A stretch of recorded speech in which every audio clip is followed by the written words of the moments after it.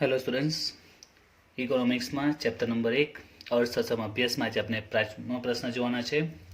સ્તંભ આકૃતિ દોરતી વખતે ધ્યાનમાં રાખવાની બાબતો સમજાવો. તો પરીક્ષામાં 2 માર્ક્સમાં આ પ્રશ્ન પૂછાઈ શકે છે કે સ્તંભ આકૃતિ દોરીએ ત્યારે આપણે કઈ બાબતો ધ્યાનમાં રાખવી જોઈએ સ્તંભ આકૃતિ દોરતી વખતે. તો એમાં કઈ કઈ બાબતો ધ્યાનમાં રાખવી જોઈએ, તો એના માટે આપણે એક નાનો સ્તંભ આકૃતિ દોરીએ જેથી કરીને આ પ્રશ્ન છે એકદમ સરળતાથી ઇઝીલી આપણે ખ્યાલ આવી શકે.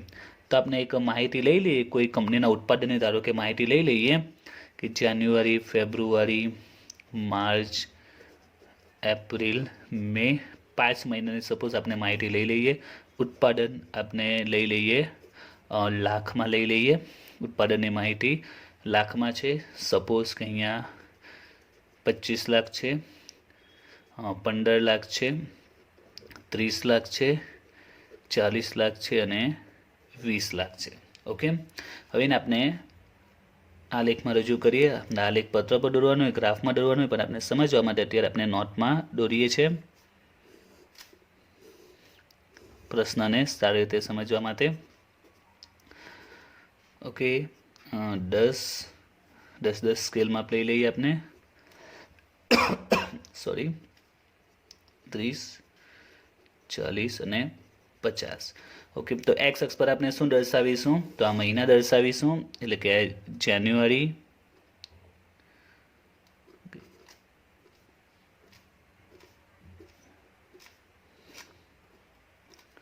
ઓકે, તો જાન્યુઆરી, ફેબ્રુઆરી, માર્ચ, એપ્રિલ એન્ડ મે. તો જાન્યુઆરીમાં ઉત્પાદન કેટલું થયું છે 25. અહીંયા આપણે એક્સ અક્ષ પર શું દર્શાવે છે, આ મહિના દર્શાવ્યા છે, અને વાય અક્ષ પર શું દર્શાવ્યું છે, આ ઉત્પાદન દર્શાવ્યું છે. તો જાન્યુઆરીમાં ઉત્પાદન થયું છે 25 લાખ થયું છે.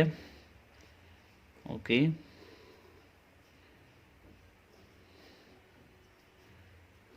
પરફેક્ટમાં આપણે આવશે, અંદાજિત આપણે સ્કેલમાં પગડ દોરીએ છીએ. ફેબ્રુઆરીમાં 15. સવાલનો કન્સેપ્ટ ક્લિયર થાય એના માટે આપણે સમજાય છે. પરીક્ષામાં આપણે આંકડો દોરવા નથી આ પ્રશ્નમાં, ફક્ત આ પ્રશ્નને સારી રીતે સમજી શકાય એના માટે આપણે અંદાજિત આંકડા લઈને માહિતી દોરીએ છીએ. ત્યાર પછી છે 30.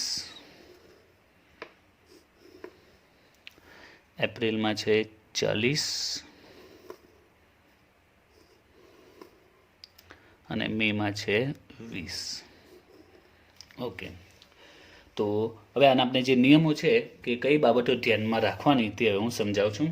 તો સૌથી પહેલો આપણે યાદ રાખવાનું છે એ છે સ્તંભની પહોળાઈ.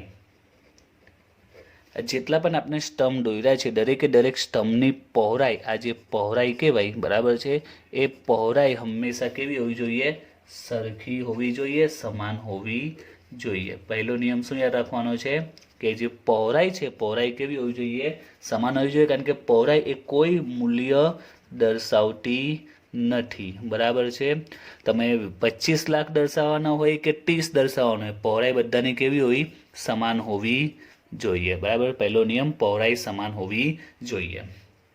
ત્યાર પછી વાત કરીએ એની લંબાઈ કે ઊંચાઈ. તો આપણે પહોળાઈની વાત કરીએ, પહેલો નિયમ કે પહોળાઈ સમાન હોવી જોઈએ. હવે લંબાઈ એટલે કે એની ઊંચાઈ, લંબાઈ કે ઊંચાઈ આપણે કંઈ પણ કહી શકીએ. તો એ કેવી હોવી જોઈએ, તો એ ચલને અનુરૂપ હોવી જોઈએ. કોના અનુસાર હોવી જોઈએ, ચલને અનુરૂપ.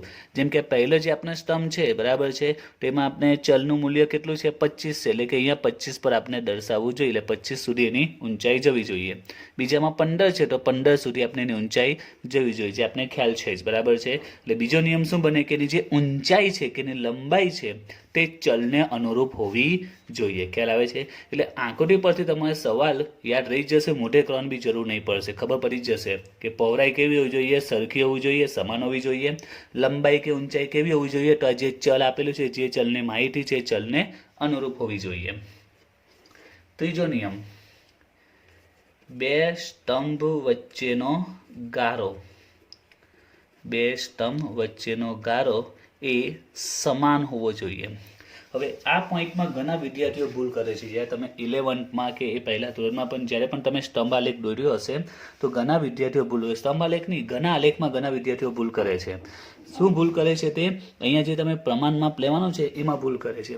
ઘણા વિદ્યાર્થીઓ શું કરે છે તે કે અહીંયા 2 સેન્ટીમીટર છોડી તો અહીંયા 1 સેન્ટીમીટરનો ગેપ રાખ્યો છે અને એક સ્ટમ્પ દોરે છે, પછી અહીંયા 2 સેન્ટીમીટરના બધામાં ગેપ રાખે છે. એટલે એની આકૃતિ એમ સમજો કે આ રીતે ઘણા વિદ્યાર્થીઓ દોરતા હોય છે. જો માની લો કે 1 સેમી, આ 2, આ 3, 4, 5, 6, 7, 8, માની લો કે 1 સેન્ટીમીટરનું અંતર છે. તો ઘણા વિદ્યાર્થીઓ શું કરશે ખબર કે પહેલાં આપણે અહીંયા એક સ્તંભ અહીંયા દોર્યો, હવે બીજો સ્તંભ શું કરશે 2 સેન્ટીમીટરના ગેપ પર બનાવશે, એટલે વચ્ચે 2 સેન્ટીમીટરનો ગેપ રાખશે, અહીંયા પણ 2 સેન્ટીમીટરનો ગેપ રાખશે. આ રીતે સ્તંભ દોરતા હોય છે. તો આકૃતિ ખોટી કહેવાય, તમને 0 માર્ક્સ મળે. તો નિયમ શું કહે છે કે દરેક સ્તંભ વચ્ચેનો જે અંતર છે સરખું હોવું જોઈએ. તમે જો આ 2 સ્તંભ વચ્ચેનું અંતર 2 સેન્ટીમીટર છે, 2 સેમી છે, આ 2 સ્તંભ વચ્ચેનું અંતર પણ 2 સેમી છે, આગળ બી 2 સેમી હશે, પરંતુ આ સ્તંભને આગળ જે એનું ઉગમ બિંદુ કહેવાય એ બંને વચ્ચેનું અંતર કેટલું છે 1 સેમી છે. અહીંયા 2 સેમી છે, જ્યારે અહીંયા કેટલું છે 1 સેમી. એટલે 2 સ્તંભ વચ્ચેનો ગારો સમાન હોવો જોઈએ અને સાથે સાથે આ જ ગારો જે ઉગમ બિંદુ કહેવાય, એટલે કે જે આગળ 0 છે ઉગમ બિંદુ, અને જે પ્રથમ સ્તંભ છે, બરાબર છે, પ્રથમ સ્તંભ એનો ગારો પણ આ ઉપર જેટલો જ હોવો જોઈએ, જેટલો જ હોવો જોઈએ, એટલે કે બધાનો સરખો હોવો જોઈએ. એટલે કે ઉગમ બિંદુથી પહેલા સ્તંભ વચ્ચેનો જે ગારો હોય તે જ ગારો બીજો સ્તંભ, પહેલો સ્તંભ અને બીજા સ્તંભ, બીજા અને ત્રીજા સ્તંભ વચ્ચે હોવો જોઈએ. બરાબર છે. આમાં આપણે ચલો 1 સેમી આપણે સમજીએ તો આ બંને વચ્ચે 1 સેન્ટીમીટરનો ગેપ છે, તો આ 2 વચ્ચે પણ 1 સેન્ટીમીટર, આ 2 વચ્ચે પણ 1 સેન્ટીમીટર, આ 2 વચ્ચે પણ 1 સેન્ટીમીટર. હવે આકૃતિમાં લાગતો નથી, હાથથી દોરી છે એટલે બરાબર, પણ આપણે 1 સેન્ટીમીટરનો ગેપ રાખવાનો, અથવા બધા વચ્ચે 2 સેન્ટીમીટરનો ગેપ રાખો. ઘણા વિદ્યાર્થીઓ અહીંયા મિસ્ટેક કરે છે કે અહીંયા 1 સેન્ટીમીટરનો ગેપ રાખે છે અને એક સ્તંભ દોરે છે, પછી 2 સેન્ટીમીટર છોડીને પછી સ્તંભ દોરે છે, તો આ ખોટું કહેવાય. તો દરેક સ્તંભ વચ્ચેનું અંતર સમાન હોવું જોઈએ અને ઉગમ બિંદુ અને પહેલા સ્તંભ વચ્ચેનું અંતર પણ જે આગળ આપણે જે ડિફરન્સ રાખેલો તફાવત રાખેલો એટલું જ તફાવત હોવો જોઈએ, ગારો સરખો હોવો જોઈએ. ત્યાર પછી એનું ચોથી વિગત આપણે જે ધ્યાનમાં રાખવાની છે તે કે એક્સ ધરી પર, આ જે એક્સ ધરી છે, બરાબર છે, તો એક્સ ધરી પર આપણે સ્તંભ દોરવાનો આવે છે. જો આપણે બધાને ખબર જ છે કે સ્તંભ આપણે ક્યાં દોરવાનો છે, એક્સ ધરી પર સ્તંભ દોરીએ છીએ. પણ જો કે આજે તમે કોમ્પ્યુટરમાં જો આલેખ બનાવવા જાઓ, કોમ્પ્યુટરમાં પણ આપણે આલેખ બનાવી શકીએ છીએ, તો એમાં વાય ધરી પર પણ સ્તંભ દોરવામાં આવતા હોય છે. એટલે કે હવે આપણે કોમ્પ્યુટર પર જો કેલ્ક્યુલેશન કરતા હોય તો ડાયરેક્ટ એમાં આલેખ બની જાય છે, એમાં વાય ધરી પર પણ, એટલે કે આ રીતે પણ સ્તંભ આવતા હોય છે. આ તમે આલેખ દોર્યો તો સ્તંભ આ રીતના આવે, આવા સ્તંભ પણ કદાચ તમે જોયા હોય, તો આ રીતના સ્તંભ આવી શકે છે. એટલે નોર્મલી આપણે જ્યારે હાથથી ડ્રો કરીએ છીએ તો જે સ્તંભ હોય છે કોના પર દર્શાવવામાં આવે છે, એક્સ ધરી પર દર્શાવવામાં આવે છે. અને એક્સ ધરી પર જે પરિબળ હોય છે એને આપણે આધાર કહેવામાં આવે છે. એક્સ ધરી પર જે પરિબળ હોય છે, એક્સ ધરી પર જે પરિબળ હોય છે તેને શું કહેવાય છે, આધાર કહેવાય છે. એટલે કે એક્સ પરિબળ જો તમે અહીંયા મહિના દર્શાવો તો મહિના આધાર કહેવાય, જો અહીંયા વર્ષની માહિતી હોય તો આપણે વર્ષ દર્શાવો તો વર્ષને આપણે આધાર કહેવામાં આવે છે. ક્લિયર?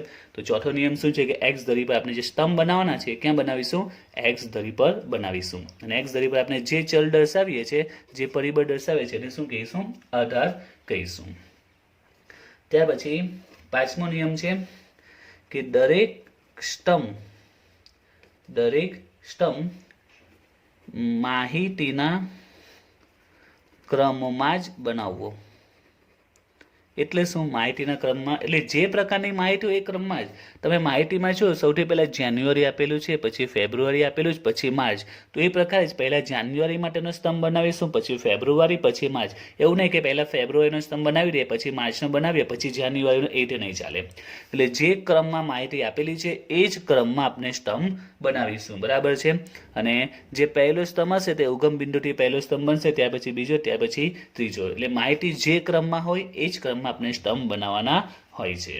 તો આપણે સ્તંભ આકૃતિ દોરીએ ત્યારે 5 નિયમો યાદ રાખવાના છે, 5 બાબતો યાદ રાખવાની છે. ફરીથી પરીક્ષામાં પ્રશ્ન પૂછાય 2 માર્ક્સમાં, આપણે આકૃતિ દોરવાની નથી, આ તો ફક્ત સમજૂતી માટે જ છે, જેના પરથી તમને આ ખ્યાલ રહી જશે, મોઢે થઈ જશે, બરાબર. સોરી, મોઢે કરવાની જરૂર નહીં પડશે, યાદ રહી જશે. પહેલો નિયમ શું છે, લંબાઈ પહોળાઈને ઊંચાઈ પર બનાવ્યો છે, બરાબર. સૌથી પહેલાં પહોળાઈ કેવી હોવી જોઈએ, સમાન હોવી જોઈએ, કારણ કે પહોળાઈનું કોઈ મૂલ્ય નથી. બીજું, એની લંબાઈ કે ઊંચાઈ એ ચલને અનુરૂપ હોવી જોઈએ. ત્રીજું, 2 સ્તંભ વચ્ચેનો જે ડિફરન્સ છે બરાબર છે.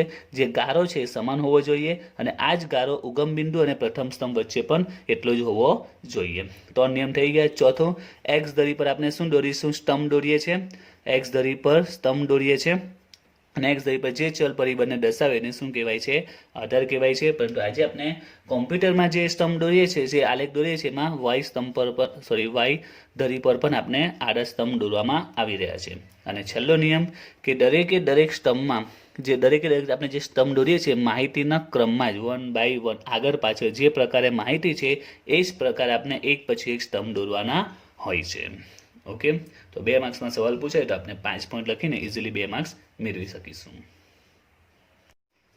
હવે જોઈએ પ્રશ્ન 6 ચેપ્ટરમાં આલેખના પ્રકારો સમજાવો, આલેખના પ્રકારો જણાવો. તો તમને 1 માર્ક્સમાં કે 2 માર્ક્સમાં પ્રશ્ન પૂછે કે આલેખના પ્રકારો જણાવો, તો આપણે આલેખના જે પ્રકારો છે ફક્ત આપણે પ્રકાર જણાવી દઈશું. તો સૌથી પહેલો આલેખ છે એ છે સામયિક શ્રેણીના વલણો દર્શાવતો આલેખ. સૌથી પહેલો આલેખ કયો છે? સામયિક શ્રેણીના વલણો દર્શાવતો આલેખ. તો આ આલેખમાં શું આવે તે? તો આપણે અર્થતંત્રમાં, બરાબર છે, અર્થતંત્રમાં જે ટૂંકા ગાળા કે લાંબા ગાળામાં જે ફેરફારો થાય છે, ટૂંકા કે લાંબા ગાળામાં જે પણ ફેરફારો થતા હોય, પછી એ નિયમિત હોય કે પછી અનિયમિત હોય, નિયમિત હોય કે અનિયમિત હોય, બરાબર, એવા ફેરફારોને આપણે સામયિક શ્રેણીના વલણો દ્વારા દર્શાવીએ છીએ અને આલેખ દ્વારા રજૂ કરીએ છીએ. અર્થતંત્રમાં ટૂંકા કે લાંબા ગાળાના જે ફેરફારો થતા હોય નિયમિત કે અનિયમિત રીતે એને આપણે સમયને આધારે જ્યારે દર્શાવીએ એને સામયિક શૈલીના વલણો કહેવાય છે. ઉદાહરણ તરીકે આપણે વસ્તીની વાત કરીએ કે અર્થતંત્રમાં દર 10 વર્ષે 5 વર્ષે વસ્તીમાં જે વધારો ઘટાડો થાય છે, જે નિયમિત પણ હોઈ શકે, અનિયમિત પણ હોઈ શકે, પણ એને સમયના સંદર્ભમાં કે 1920માં આટલી વસ્તી હતી, 1930માં આટલી થઈ, 1940માં આટલી થઈ ગઈ છે, તો એને સમયના સંદર્ભમાં આ ફેરફારોને આપણે જ્યારે દર્શાવીએ કે વસ્તીમાં વૃદ્ધિ દર કેટલો છે, તો એ આલેખને કયો આલેખ કહેવાય? સામયિક શ્રેણીના વલણો દર્શાવતો આલેખ. એ જ રીતે આપણે ઉત્પાદનના આલેખને પણ દર્શાવી શકીએ છીએ, વેચાણના આલેખને પણ આ રીતે દર્શાવી શકીએ છીએ. તો અર્થતંત્રમાં ટૂંકા કે લાંબા ગાળાના જેવા ફેરફારો થતા હોય, નિયમિત કે અનિયમિત ફેરફાર, અને સમયને સાથે આપણે જ્યારે દર્શાવીએ છીએ તેવા આલેખને કયો આલેખ કહેવાય છે? સામયિક શ્રેણીનો આલેખ. હવે પરીક્ષામાં આપણે આલેખના જે પ્રકારો છે, બરાબર, એમાંથી એક જ પ્રકાર આપણે સમજાવેલો છે. બાકીના પ્રકાર ફક્ત તમારે યાદ રાખવાના છે, એના વિશે એક્ઝામમાં ડિટેલમાં કંઈ પૂછાતું નથી. જે બીજા પ્રકારો છે તે, તો બીજા કયા પ્રકારો છે આલેખના? તો એનો બીજા પ્રકારની વાત કરીએ તો એ છે સતત આવૃત્તિ વિતરણ ધરાવતા આલેખો. સતત આવૃત્તિ વિતરણ ધરાવતા આલેખો. તેમાં કયા આલેખ આવી શકે? તો તમે ભણી જ ગયા છે 11મા ધોરણમાં, એ છે સ્તંભાલેખ.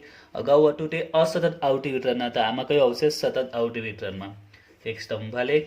ત્યાર પછી તમે ખ્યાલ હશે જ આવૃત્તિ બહુકોણ, એના પછી આવૃત્તિ વક્ર, અને ચોથું છે સંચયી આવૃત્તિ બહુકોણ. તો ફક્ત તમારે પ્રકાર યાદ રાખવાના, ડિટેલમાં તમારે કંઈ લખવાનું આવશે નહીં. તો આલેખના પ્રકારમાં પહેલો પ્રકાર કયો? સામયિક શ્રેણીના વલણો દર્શાવતો આલેખ. બીજો આવશે સતત આવૃત્તિ વિતરણ ધરાવતો આલેખ, એમાં કયો? સ્તંભાલેખ, આવૃત્તિ બહુકોણ, આવૃત્તિ વક્ર, સંચય આવૃત્તિ બહુકોણ. અને ત્રીજો આવશે એ છે લોગ આધારિત આલેખ. તો તમારે ફક્ત એના નામ યાદ રાખવાના. એક્ઝામમાં 1 માર્ક્સ કે 2 માર્ક્સમાં પૂછાશે કે આલેખના પ્રકારો જણાવો, તો તમારે ફક્ત આ રીતે પ્રકાર દર્શાવી દેવાના. ઓકે.